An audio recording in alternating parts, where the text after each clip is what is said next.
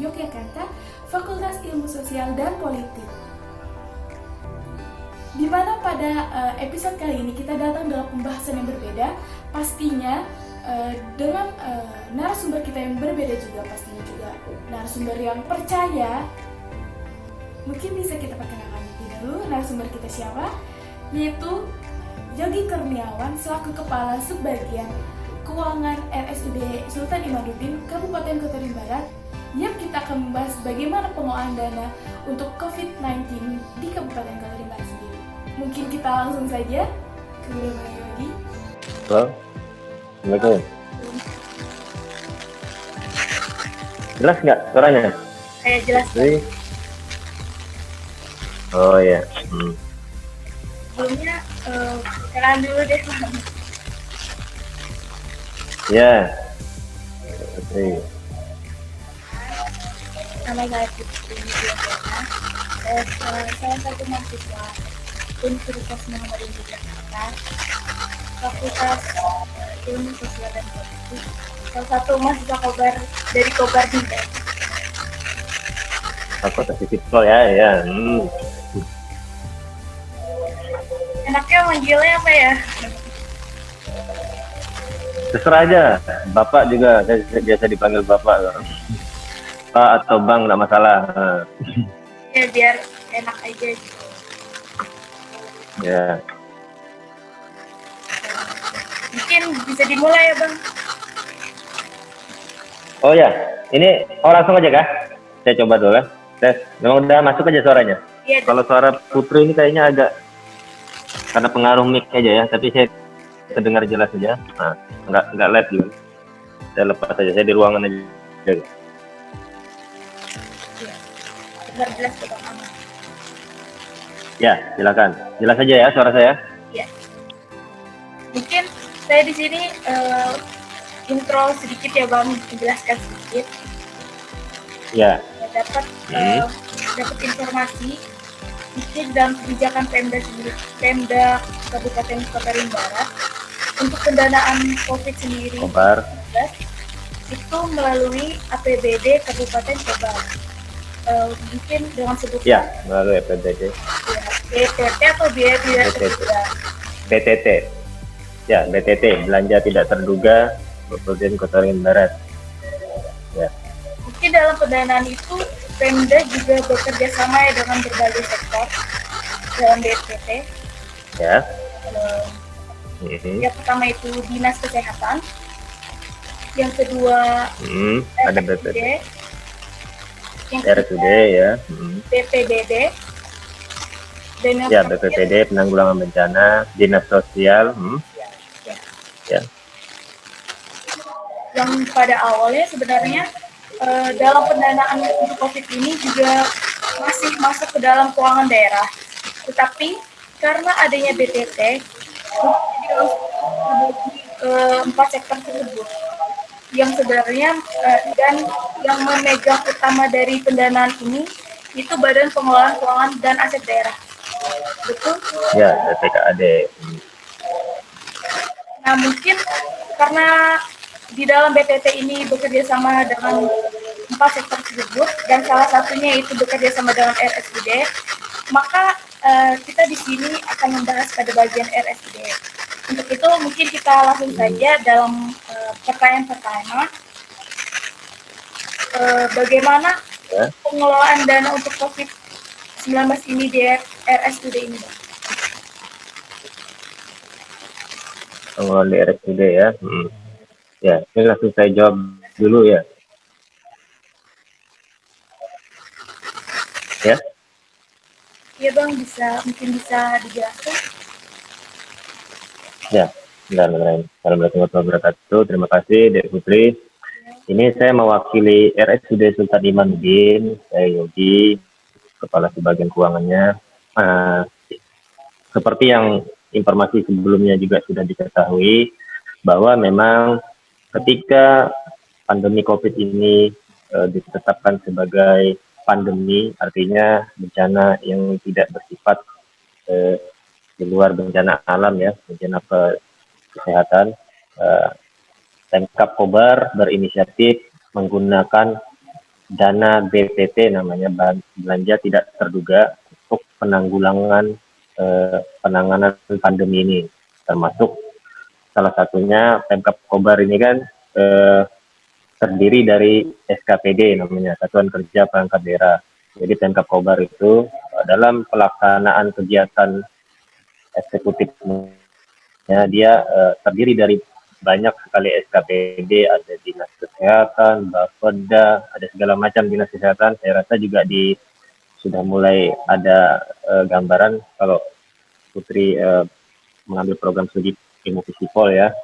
Jadi Pemkab Kobar dalam melaksanakan tugas tupoksinya sebagai pemerintah, dia mempunyai banyak SKPD, dan dalam hal ini terkait dengan penanganan COVID tadi, melalui SKPD terkait, yaitu antara lain yang sudah disebutkan juga nih, dinas kesehatan, rumah sakit, ada badan penanggulangan bencana, dinas sosial dan lainnya, termasuklah rumah sakit. Nah, di situ tadi memang pengelolaan BTT itu dikelola langsung oleh BPKAD, Badan Pengelola Keuangan dan Aset Daerah, karena BPKAD ini merupakan PPKD atau pejabat pengelola keuangan daerah.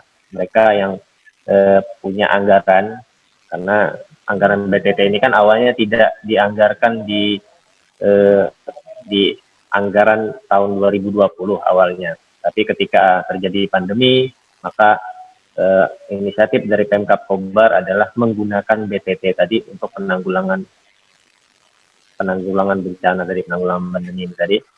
Kemudian PPKD ini yang mengelola anggarannya, PPKD, dipanggillah dinas-dinas terkait. Jadi saya agak cerita agak panjang lah.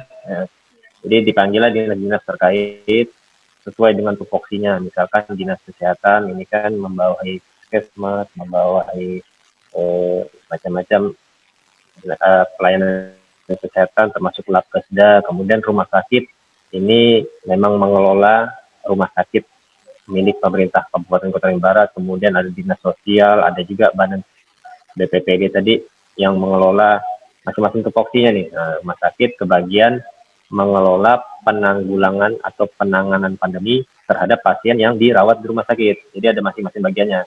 Kalau misalkan ada yang namanya tracing atau pencegahan, ini kan mungkin ranahnya pihak puskesmas atau fasilitas kesehatan dasar di bawah dinas kesehatan. Nah, dinas kesehatan yang mengelola.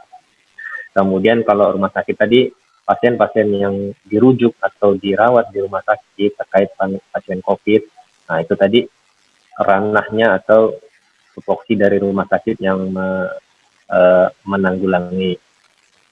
Nah, dari dana yang dikelola oleh BPKAD tadi, itu dinas-dinas yang terkait itu dipanggil, semacam ada rapat dulu terbatas, kemudian disuruh mengajukan apa sih kebutuhannya dalam yang namanya RKB. Disuruh menyusun RKB, rencana kebutuhan belanja. Masing-masing dinas nih, dari dinas kesehatan, kemudian rumah sakit, BPPD tadi disuruh menyusun apa-apa sih yang anggaran-anggaran yang dibutuhkan, itu disusunlah dalam namanya RKB, rencana kebutuhan belanja. Nah, RKB tadi disampaikan ke BPKD, yang kemudian itu semacam dilakukan review dulu, karena anggarannya kan terbatas, anggaran BTT juga terbatas, sedangkan RKB dari dinas-dinas kan pasti kebutuhannya besar semua nih, beda-beda ya. Kemudian dilakukan review bersama, melibatkan juga inspektorat selaku aktif atau aparat pemeriksa internal pemerintah, itu dilibatkan, kemudian juga melibatkan berbagai macam pihak. Keluarlah setelah RKB itu RKB hasil review namanya ya, dari RKB yang diajukan oleh dinas-dinas tadi, itu keluarlah RKB hasil review. Nah, dari RKB hasil review itu tadi nanti mungkin bisa saya lihatkan, keluarlah SK Bupati terkait tentang penetapan anggaran belanja BTT. Nah, jadi misalkan nih ada, mungkin kalau saya bisa, ini kebetulan saya dari HP ya, nanti saya screenshot kan, coba contoh-contoh SK Bupati tadi, SK Bupati hasil review dari RKB tadi, sehingga ada keluarlah SK Bupati, di situ disebutkan misalkan anggaran untuk PPT tahap pertama sekian miliar itu dibagi untuk beberapa dinas, rumah sakit dapat sekian sesuai dengan anggaran RKB yang diajukan.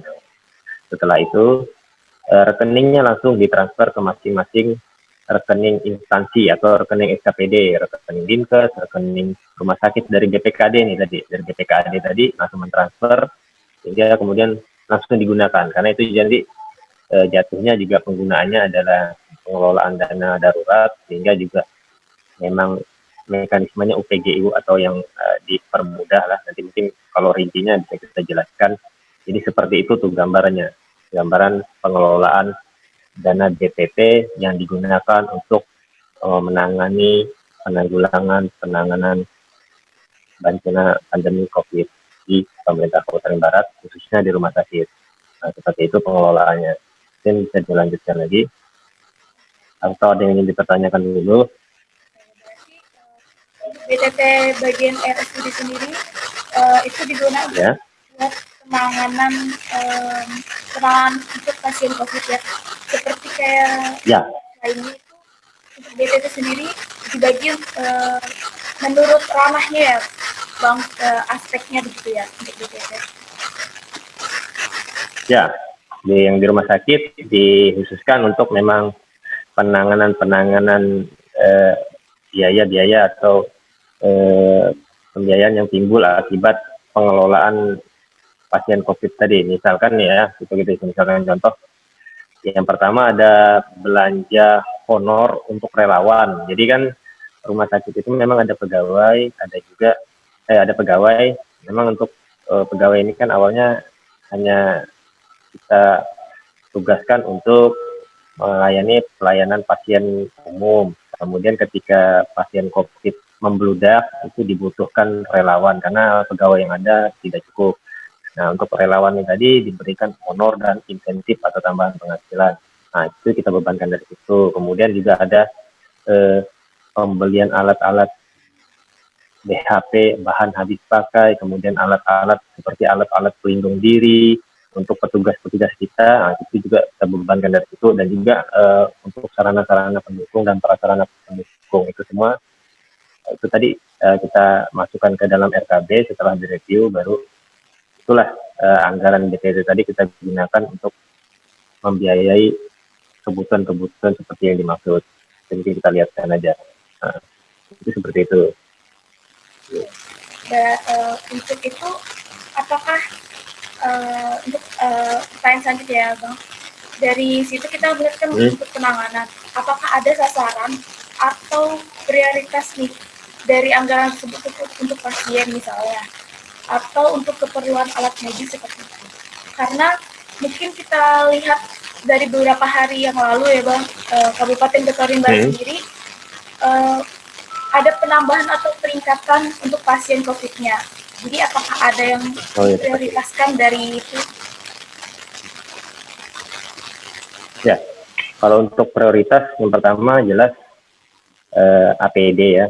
Kemudian APD ini kan alat pelindung diri untuk petugas medis sehingga mereka juga bisa melayani pasien-pasien COVID. Itu yang pertama memang APD, alat pelindung diri ya. Itu macam-macam, ada hazmat, ada masker, sampai sepatu boot, lengkap komplit. Kemudian selain itu lagi ada prioritasnya ya. Kalau prioritas itu memang dari APD yang paling pertama, kemudian obat-obatan. Obat-obatan ini kan juga memang kita ada dapat bantuan juga, tapi selain itu juga kita seiring peningkatan kita juga butuh obat-obatan, terutama obat-obatan yang memang dibutuhkan oleh pasien-pasien COVID khususnya dengan komorbid. Ada obat-obatan antivirus, kemudian ada obat-obatan lainnya, ada obat-obatan inilah pokoknya obat-obatannya ini seperti oseltamivir segala macam itu juga termasuk obat-obatan. Kemudian ada BHP, bahan habis pakai untuk pemeriksaan seperti untuk BHP dan regen namanya ya. Regen itu untuk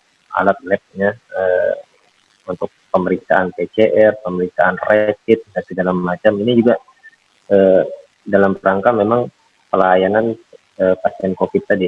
Jadi memang itu prioritas kita, APD, BHP, regen, kemudian obat-obatan dan lainnya lah, dan penunjangnya. Itu memang itu yang kita prioritaskan, yang paling kita kita tadi menjadikan sasaran untuk belanja kita, sasaran prioritas kita untuk belanja dari BTT, belanja tidak terduga. Kalau yang semacam lain-lainnya itu mungkin tidak kita prioritasnya, misalnya untuk bantuan untuk keluarga pasien misalkan aja nih, itu kan nanti mungkin ranahnya dinas sosial, ada lagi juga misalkan untuk untuk penyemprotan misalkan juga ranahnya mungkin dinas kesehatan, atau mungkin untuk tracing, untuk tracing ini kan artinya tracing ini maksudnya untuk penelusuran dari yang pencegahan dan segala macamnya. Ini memang ranahnya dinas kesehatan, bukan ranahnya rumah sakit. Jadi rumah sakit ini memang fokus untuk pelayanan pasien-pasien, untuk pembelian alat juga ada. Nah, kalau kita lihat tadi pembelian alat juga ada. Alat-alat ini yang sudah kita beli khususnya memang yang menunjang seperti ventilator, kemudian ada juga transfusi yang terakhir ini kita sedang jalankan, itu transfusi untuk plasma. Jadi yang sudah sembuh itu bisa melakukan transfusi atau menyumbang plasmanya, sehingga itu juga alat seperti itu, memang alat-alat medis seperti itu juga kita jadikan prioritas, walaupun memang prioritas utama tetap nih, prioritas utama tadi APD, kemudian obat-obatan dan BHP, dan habis pakai, karena itu memang operasional rumah sakit. Itulah berputarnya rumah sakit. Bisa ini sama mungkin operasional rumah sakit lainnya ya, seperti tadi honor relawannya rumah sakit, kemudian operasional rumah sakit. Kan rumah sakit ini juga nanti panjang sih ceritanya, akan ada perluasan karena kapasitas rumah sakit yang ada sekarang RSUD tidak mampu mencukupi, sehingga rumah sakit harus ada perluasan. Nah, untuk perluasannya juga operasionalnya kita bebankan dari PTT juga. Mungkin seperti itu gambarannya. Sebelumnya nih Bang, tadi dikatakan oleh Bang Ebis nanti rumah sakit itu lebih memprioritaskan kepada APBD dan alat medis seperti yang lainnya. Nah, untuk APD dalam memprioritaskan itu, apakah ada kendala yang dijumpai dari mungkin dari Pemdanya untuk pendanaan APBD itu? Untuk pendanaannya ya. Untuk pendanaan sendiri itu tadi ya, memang kita tadi kan seperti itu sampaikan, selain dari BTT ya, bantuan belanja tidak terduganya Pemkab Kobar, rumah sakit juga kita bebankan pendapatan yang dari klaim. Jadi ketika kita melakukan pelayanan terhadap pasien-pasien COVID, ini kita juga sesuai dengan keputusan Menteri Kesehatan, nanti kita juga bisa share ya SK-nya, itu kita bisa mendapatkan namanya penggantian biaya klaim penanganan. Jadi semacam kita tagihkan nih apa sih yang kita sudah keluarkan atau sudah memberikan pelayanan, lah intinya memberikan pelayanan ke pasien COVID tadi, itu bisa kita tagihkan melalui Kementerian Kesehatan ke pemerintah pusat, melalui Kementerian Kesehatan nanti itu ada klaim penggantian. Nah, di sini kan ada klaim penggantian, itu menjadi pendapatan rumah sakit. Nah, pendapatan rumah sakit tadi itu juga kita gunakan untuk membiayai kegiatan operasional. Jadi kalau kendala sih kendalanya mungkin ini ya, ada sih beberapa itu seperti waktu bulan-bulan tertentu itu memang dimana kita butuh sekali banyak BHP dan APD yang sangat banyak, masif. Kendalanya mungkin karena kita di Kalimantan, ini distribusi apa segala macam karena alatnya kan memang banyak malah impor dari luar negeri. Nah, di situ aja kendalanya. Kalau masalah pendanaan tadi, kita alhamdulillah sih, selain disupport dari Pemkab Kobar melalui BTT, kita juga menggunakan pendapatan rumah sakit.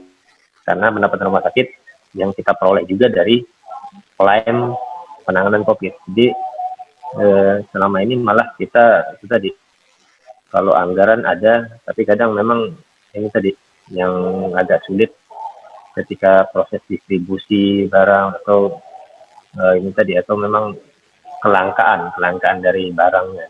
Kita sempat sepertinya APD sama reagennya PCR untuk yang tes lab PCR itu yang sempat agak terkendala di kelangkaan sama distribusi.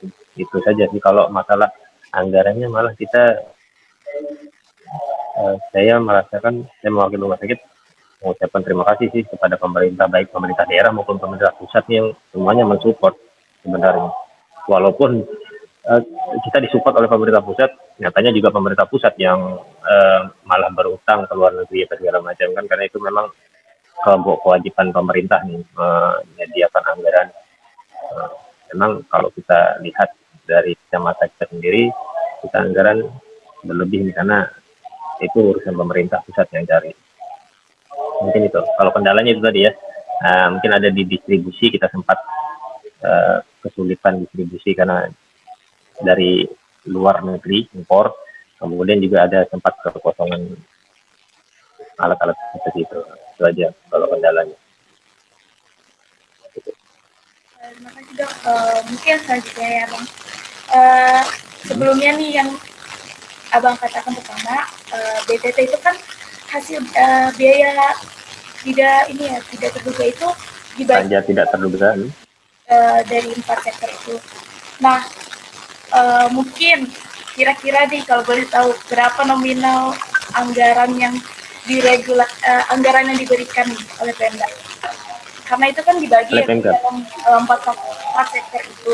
Jadi untuk RSUD sendiri, bahkan tadi dikatakan juga mendapatkan dana klaim ya bang? Ya, dana klaim juga kita sempat dana klaim. Kira berapa ya bang? Ya, ini saya contohkan satu ya. Jadi BPT tadi diluncurkan beberapa tahap.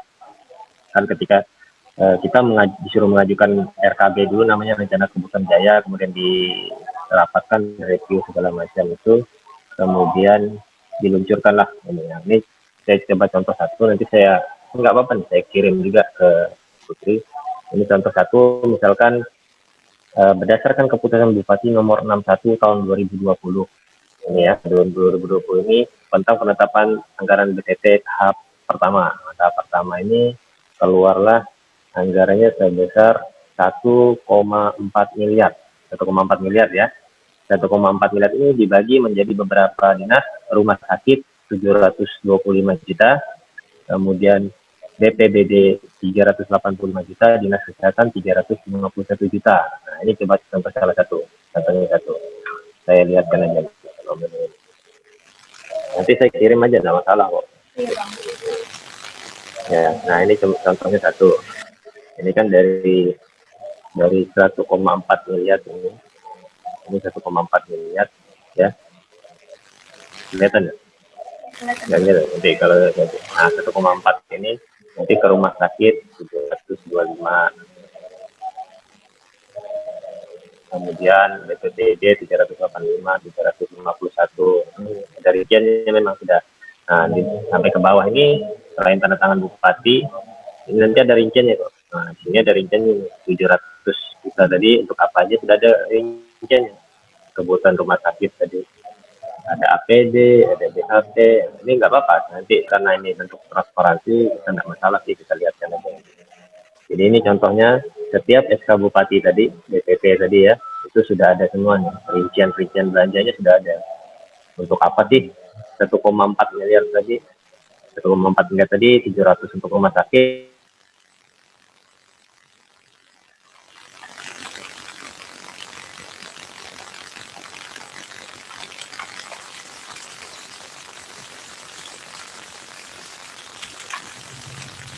SK Bupati tentang penetapan BTT tadi ya.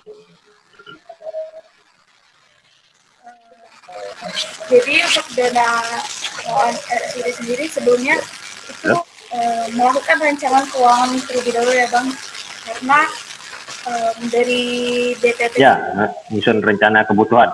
Ya, rencana kebutuhan.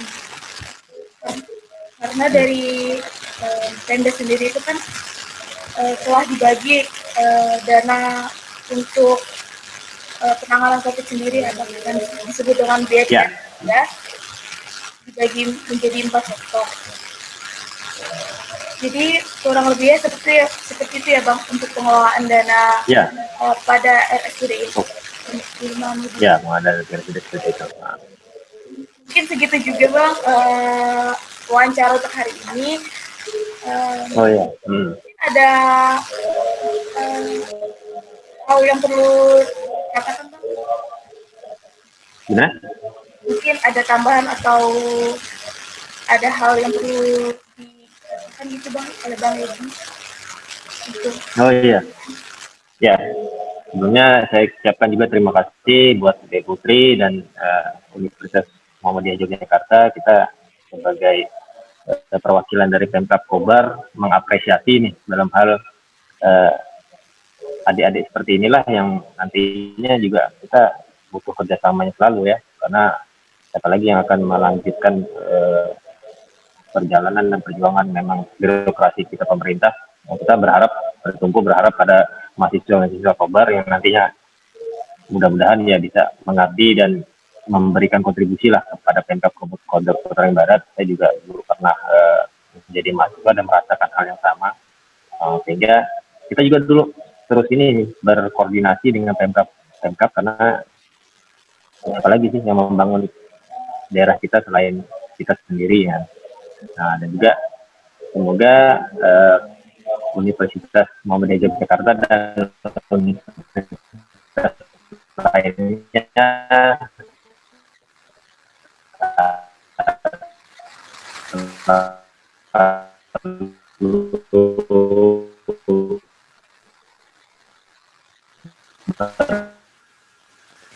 di katanya, sehingga kita juga butuh masukan dan dalam hal transparansi pelaksanaan birokrasi ini juga menjadi hal yang sangat kita dukung. Nah, itu saja sih mungkin dari kami. Untuk lebih lanjutnya juga mungkin nanti saya akan ini juga ya untuk Adik Putri contoh-contoh RKB dan apa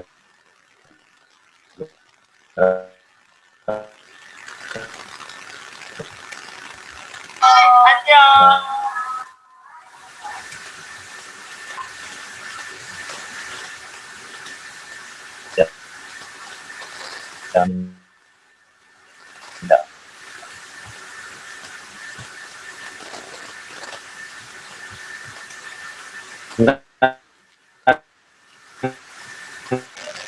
Ya maaf Bang, Ya.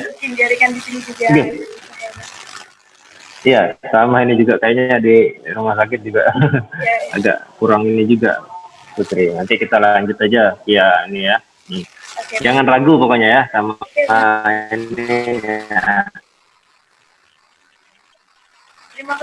Terima kasih juga nih Bang untuk waktunya telah bersedia melakukan wawancara dan pengetahuan yang telah diberikan. Terima kasih banyak Bang. Mungkin ya sama-sama. Kurang lebihnya dari wawancara ini juga mohon maaf. Mungkin kapan-kapan lagi bisa berbincang-bincang di dalam Bang Yogi. Oh iya, sukses ya untuk penelitian dan studinya selalu. Amin. Sekian dari saya. Wassalamualaikum warahmatullahi wabarakatuh. Terima kasih. Waalaikumsalam warahmatullahi wabarakatuh. Ya. Ya, sekian episode kita kali ini. Sampai jumpa lagi. Wassalamualaikum warahmatullahi wabarakatuh.